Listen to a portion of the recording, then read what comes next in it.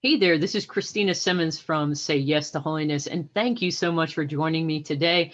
I am super, super honored and excited to be able to have a dear friend and sister in Christ, Susan Pieper. And so, Susan, I want to just turn it over to you and just tell people actually where you are and what it is that you're about right now, because your life is definitely moved through different things in the last year and a half. That's an understatement for sure. Yeah, right now, I'm in Napa, California, which is a beautiful place to be, let me tell you, because it hardly ever rains here and it's always sunny. And it's just beautiful Napa Valley. And I'm here, I arrived here a little over a year and a month ago because my parents live here, Tom and Angie Piper. And as a family, we've lived here since the 70s. So we've seen Napa Valley change, develop, flourish, etc.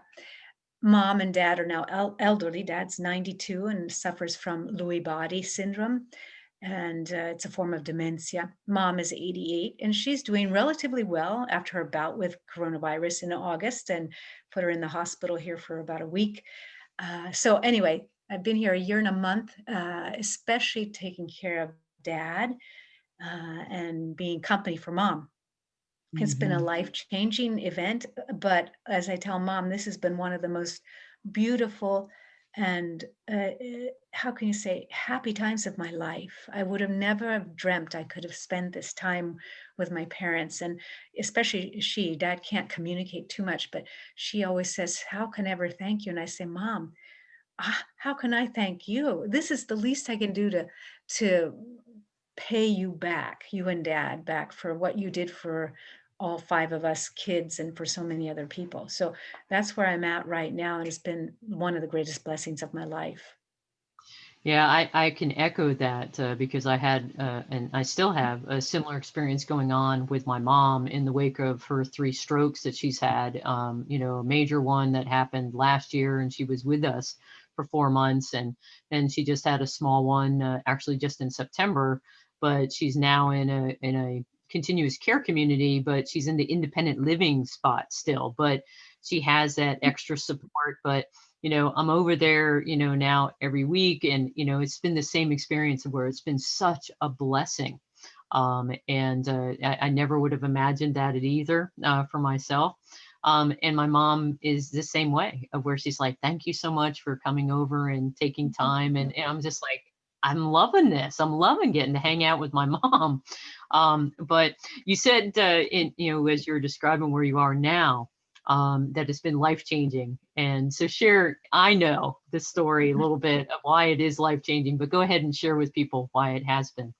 Life changing because I'm with them, no doubt. And I can just feel the presence of God here in the midst of a coronavirus and shutdowns, because being in California, we've been between openings and shutting downs, and now the coronavirus is rampant here, and our parish is open, but open under the sun in some ways because we're outside. And our pastor was just celebrating mass as the rain was pouring down. Thanks be to God, we had a tent over our heads, but he was standing in water. But uh, thanks be to God for his generosity, and so many other priests here.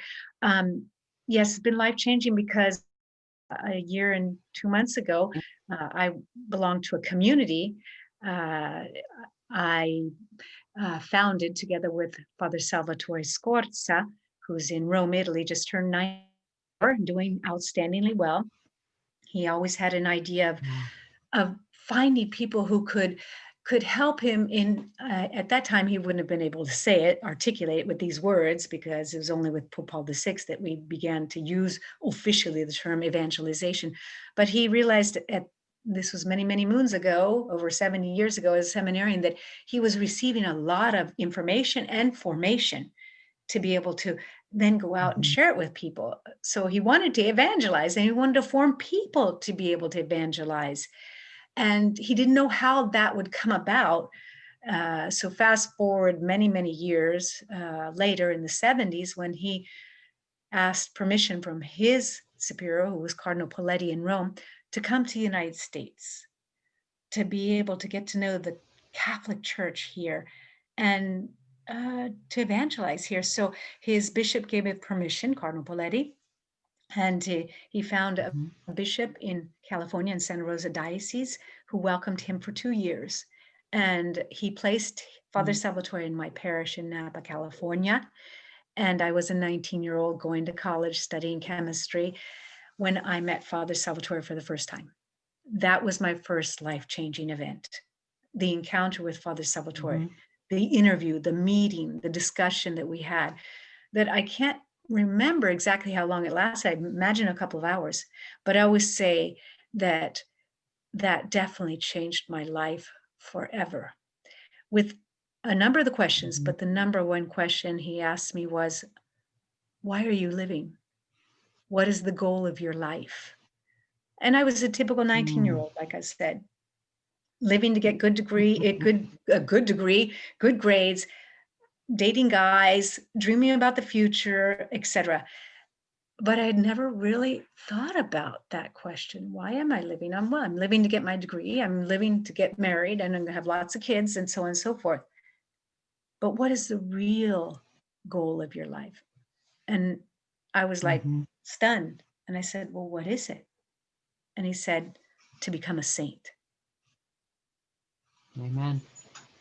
That stopped me Amen. dead in my tracks, Christina, dead in my tracks. And that, to become a saint, has been my guiding star since. So we're talking Mm. about 44 years ago, more or less. And that Mhm. continues evermore to be my guiding light. Mm.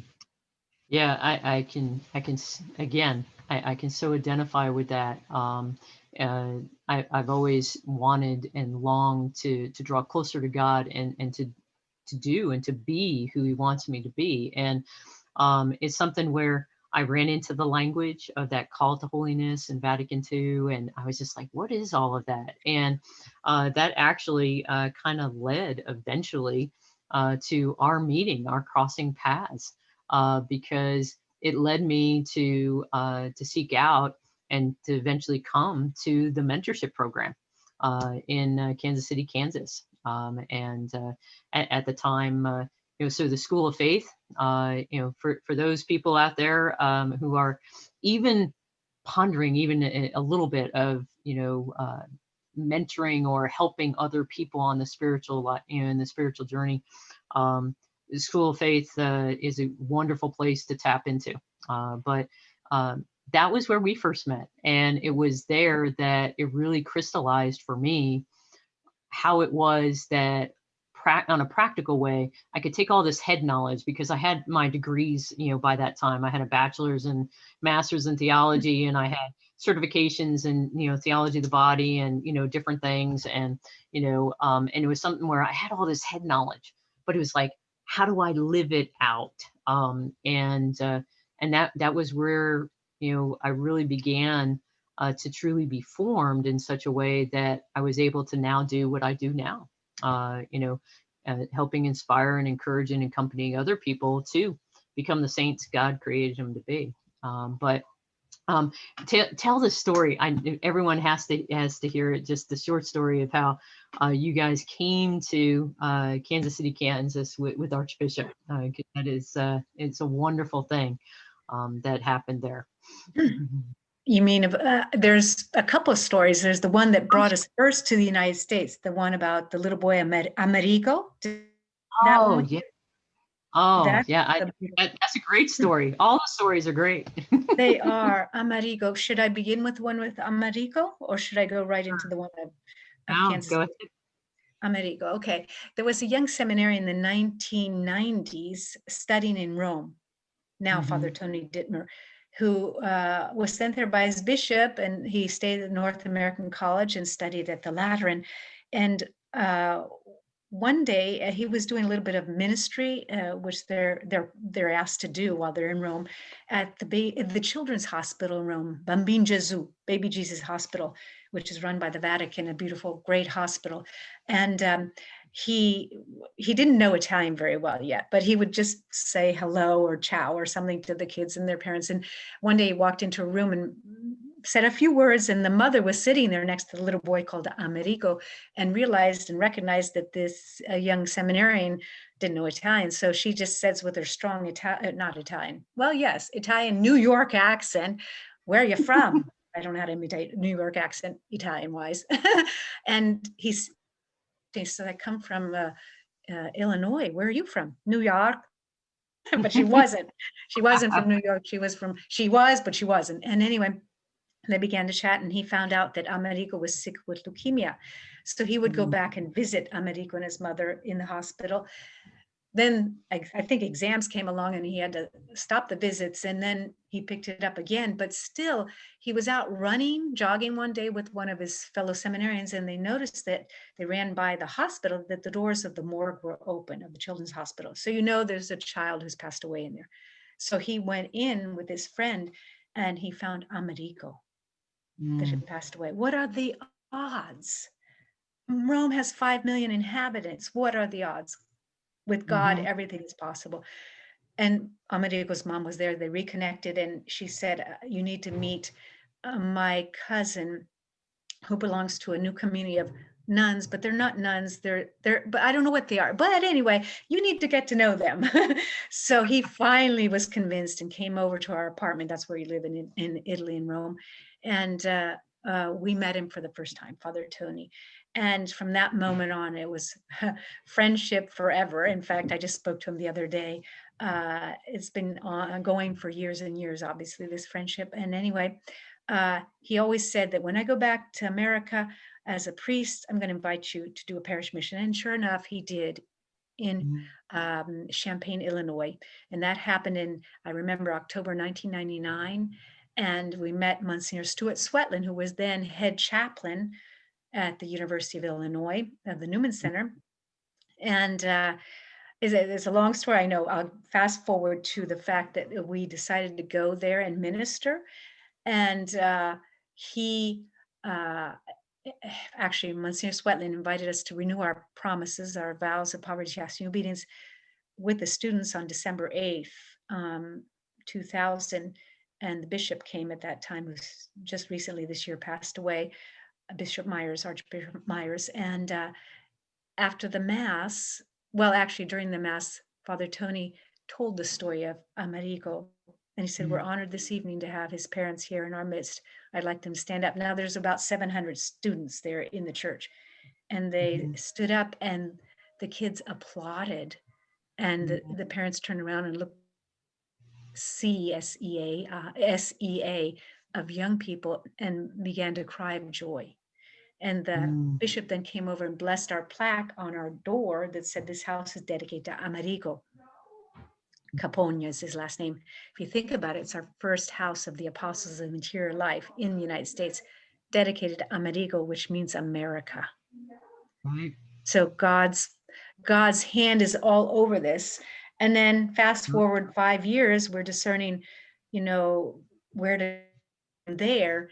And I decided to do a 30-day, call it novena, to Saint Joseph, which go figure, this year is dedicated to Saint Joseph, amen. thanks to Pope Francis. And um, so I do a 30-day novena to say, "Where do you want us to go?" And I knew that he always comes through, but he wasn't coming through in those 30 days. On the 30th day, I go into the church there, a beautiful church there at U of I. And I say, "Well, they say you always come through. Where are you?" And I go back to our house and I receive two emails. And one says, "I'd like to speak to the appropriate representative of the Apostles of Interior Life about inviting you to our diocese." And it was signed Bishop Finn. And I said, "Who's Bishop Finn?" And I scroll down, Bishop Mhm, Finn, Bishop of the Diocese of St. Joseph, mm, Kansas City, Missouri. I thought, oh my gosh. And the other one came from the University of Wisconsin in Madison. mm, Same day, the 30th day of the novena to St. Joseph. And we opted for the one of Madison, Wisconsin, but we were definitely in contact with Bishop Finn. In fact, he has stepped down as bishop, obviously, there, but we ministered with him when we came to the KU, Kansas University, in Lawrence, Kansas. And the rest is history with Archbishop Naumann. Yes, and that was a part of what appealed to me when I was looking for a mentorship program, was Archbishop's vision of, and you already kind of alluded to it, but just that idea, to form others, so that we can go out and then form others as well. Which is And Father Salvatore, our founder's original, as a exactly. seminarian way back when, way back Hmm. in the 40s and 50s. He wanted to form others. One thing I wanted to add about the mentorship program, Christina, is Yeah. you have noticed, I'm sure, how it's how do you say, come into its own even more in the sense that now we are really focused on forming evangelizers. Hmm. Hmm. That, in fact, the name could possibly change, not much, as Archbishop recommended, to Catholic Spiritual Mentorship and Evangelization Program. Mentorship, Yeah. accompanying people, accompanying people spiritually in their journey, is evangelization at its completion. It's Hmm. one thing to reach out to a lot of people wherever you're at, wherever you go, at the supermarket and things like that. And it may be just that moment of, Hmm. a hello and I'm praying for you that might, but with a number of other people, it could go deeper. And that's when mentorship steps in, accompanying them. So Hmm. we're just completing that. And we're actually being obedient to Archbishop Hmm. when, what, 12 years ago, I think it is now, in June in Rome on a hot metro with one of my sisters, the community, myself, coming back from the place where supposedly St. Paul was decapitated. And Archbishop wanted to see that place, the Three Fountains in Rome. And as we're coming back from that visit, I turned to him on that hot metro saying, Archbishop, what would you like us apostles of the interior life to do for you and the archdiocese? And without blinking an eye, which means he'd been thinking about it, he says, I want you to come up with a program that will form my people to do what you apostles of the interior life do. I was kind of Hmm. stunned, but I was thinking, how are we going to do that? Who has the time? And so as soon as I go back to our home in Rome, I call my spiritual director, Father Steve Satiroff in Alton, Illinois, and I said, this is what the Archbishop said. I have no clue where to begin. And he was inspired and he said, have Father Salvatore and all your brothers and sisters write down what you do, especially Hmm. in spiritual direction. And Right. those were the coordinates, if you want. Those are the basics of the mentorship program. They're more than the skeleton of the mentorship program. But the Archbishop asked, I want a program that forms my people to do what you your life do. We don't just do spiritual direction. A Right. big piece of our charism is evangelization. So now we're Hmm. coming into our own in the mentorship program by adding that aspect, which is so important. Well, what has always intrigued me, is the fact, especially with the new directory of catechesis that was released this last summer, is that so many people had separated evangelization from the accompaniment, from the walking with one another. And we can't do this on our own, and we have to do it within community. And the only way that we do it in community is for us to have that singular vision that, was proposed to you by Father Salvatore of what's the purpose of your life? you know and it's for us to be saints, and that has become, a driving vision for me, an inspiration, and part of what I do, within Say Yes to Holiness, is in, any way that I can to be able to help people be inspired and be encouraged, and then when people desire it, to accompany them and as I can, towards that goal that God has, created each of us for. And so it has been absolutely wonderful for me, especially because the charism of the apostles is something that I try to live out. And in fact, getting ready for me, getting ready to renew my promises as a family member on January 1st.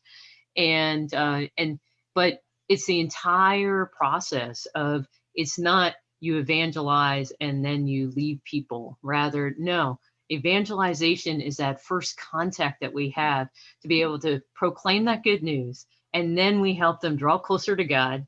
And then we continue to accompany them as they continue to go deeper and deeper and deeper and deeper. And as we do that for others, we ourselves are, one, for me, it's always a privilege to be able to walk with people. But the biggest thing is that I myself am drawn deeper into the mystery of who God is, because he shows me how he's working in all the people around me. And it just, I'm in awe, and I'm just in such gratitude. So it's always a wonderful thing. So where can people find out more? Because you're involved with the mentorship program, you Yes. know, so there's applications that are being taken in right now. Where can people go, and what's that looking like? And one thing we'd like to underline is the fact that it was with School of Faith that the Mhm, Apostles Interior Life got together almost right away to come up with this program. And so they are the founding members with the Apostle Interior Life, along with a couple other people, Father Steve, especially being the chaplain of the program from the get-go all the way through, and then a very holy man, Rich Henry. And yes. now in almost right away also we had Carrie Hillier, who's Mhm, more than the backbone of School of Faith and mentorship program. And if she goes away, we fall. No, we don't. God is the backbone, obviously, but she is such a godsend. So, what people could do is Google School of Faith, not schools, but mhm, School of Faith, one word, and it'll come up their website. And if you scroll down on the front page, you'll see mentorship, mhm, and you can click on that. It's a picture of, one of the teachers, and then it'll bring you to, if you're looking for someone that could mentor you, that there is that opportunity there also, but also about the mentorship program, the explanation of that. And mhm, application forms, I think, are already online for the mhm. next class. Now, with Right. COVID, it's getting a little risky about when definitely that next class will be, because our program, there is an aspect of being online, obviously, the classes, some of the classes, as you well know, but it's so important to do it in person. That other aspect is also present in this program. Mhm, So, as is, we're in the fifth cohort, and they have two more sessions. We have the session coming up in January, which would be nice to do it in person. And mhm, so Carrie is prepared to do the in-person one with those mhm. that are wanting to come. Right. But there is also the option right now, but only with this class, hopefully with the vaccine, we'll be able to do it in person again. It'll go online because we can't Mhm, keep putting it off. We put off one session already with this class, and we don't want to continue doing that.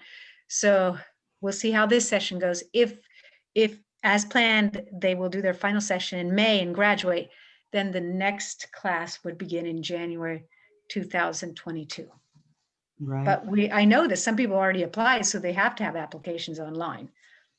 Yeah, no, I actually have I have a couple of friends, people in our diocese who have applied. So I'm excited for them. I am And so, too. It's one of the, you ask dreams and things like that, where, I mean, I love my life. God mm, is so good. Like you said about your life before when we were chatting, I feel so blessed. I feel like a foretaste of heaven already, both being with my parents, but I come alive even more, if you can imagine that, at the mentorship program. I love yes. it. It is so, and actually, we had a bishop come visit us for a couple of days in, when was that? Was that in January? Yes. And as he was leaving, just for a couple of days, he wanted to see what it was like. As he was leaving, he turns to me and says, he's a young bishop. He says, I don't want to leave. This is heaven on earth. It really is. Yes. No, and my experience was very similar. In person, the friendships, the relationships that you develop, being able to walk with one another, and it is truly that foretaste of what true spiritual friendship should be about. And for people who haven't had that experience, it's kind of like you haven't been to the feast yet. It's like you missed the great main course. And so it is truly a beautiful experience. Why? Because then we can go and we can tell other people, this is what we're supposed to be about. This is how we're supposed to be with one another. This is how our parishes, our families, our communities are supposed to be. And when we've had that experience, we can go and we can take it to other people and can help, create it elsewhere, which is what we're supposed to be doing along with God, create. Christine, Father Steve, who I mentioned, Father Steve Satiroff from Alton, Illinois, he's the chaplain of the provincial house of the Franciscan Sisters of Martyr St. George. He always says, and he's also the chaplain of the program and has been there from the get-go, being a founding member. He always says that this program, the mentorship, the Catholic Spiritual Mentorship Program, is an incubator for holiness. Mm. That's how he describes it, an incubator of holiness. And I think he hit the nail right on its head. Yeah, I still remember he gave one talk at one point, and it was, we were talking the sacraments, and he said, especially when it came to the sacrament of reconciliation, he said, I look forward to seeing you again in several months, and where you'll be able to radiate that holiness because you've been receiving the sacraments more frequently. And I just always have been struck by that, of where I'm like, I'm not shiny enough. I'm not radiating holiness enough because I don't have enough God's graces. So let me go and partake. But darn, we got to be starting to close our time, and I just hate that. But as we're closing, of all of what your experiences and your life has given you, what do you think could be or would be at this point right now that would be your biggest life lesson that you would want to share with people who are listening right now? What is it that you want to share that is going to completely just change their lives? I have to say, Christina, it's daily mental prayer, daily meditation.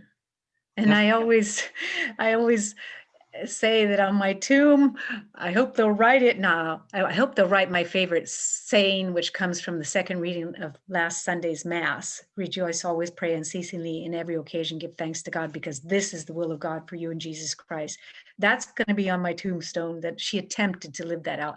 But also she attempted to do daily mental prayer, meditation every day.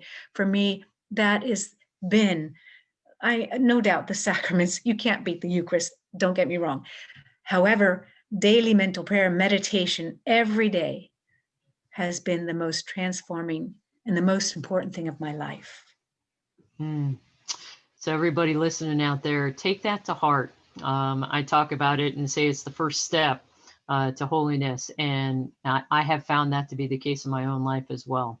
But Susan, thank you so much for your time today. I just loved chatting with you.